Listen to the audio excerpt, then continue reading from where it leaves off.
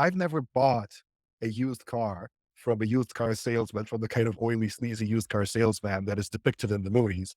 I've never actually had that experience, but I have a cultural imprint of that, which informed what sales is like in my mind for the longest time.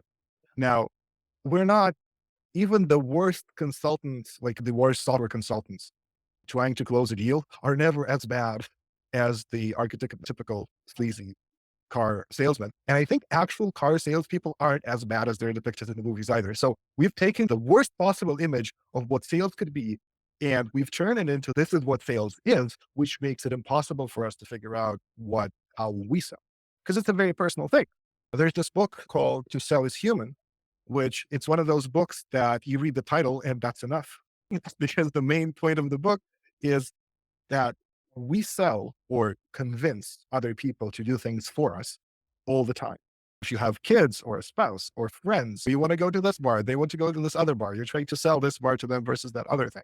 When you try to choose what movie to watch with some people, you're selling the movie that you want to watch. It's a fundamental human experience.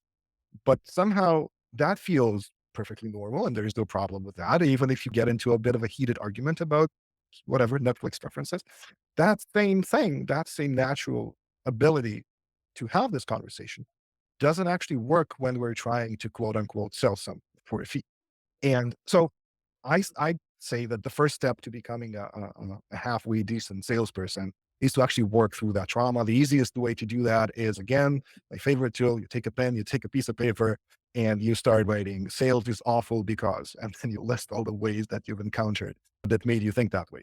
And maybe salespeople are awful because you list out, you dump it onto a piece of paper so you don't carry it around. And then you look at it and then you realize those are not necessarily absolutely true.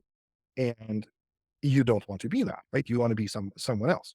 Now, the second part is there's this standard belief that selling is talking, usually fast talking, right? Pitching is talking, copywriting is talking, or maybe writing. A cold email is talking. All these things are ways to express yourself, but that's not actually how sales works.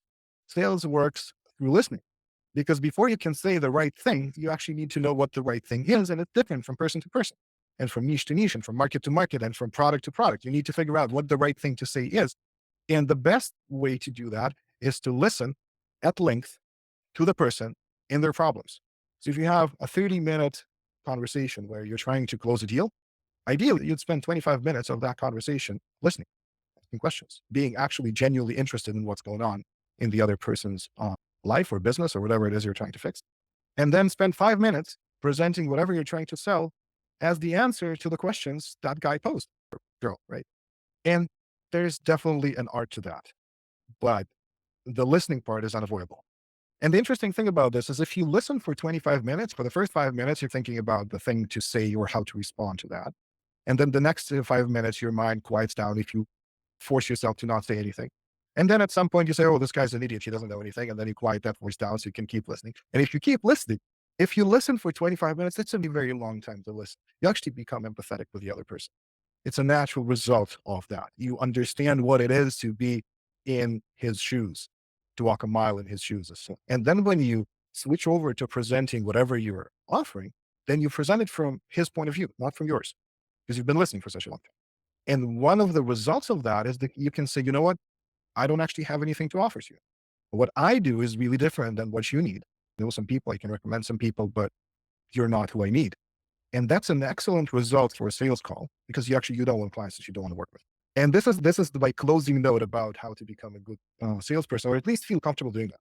You need to have a shit ton of leads, because if you have one lead, then you're putting all your eggs into that basket.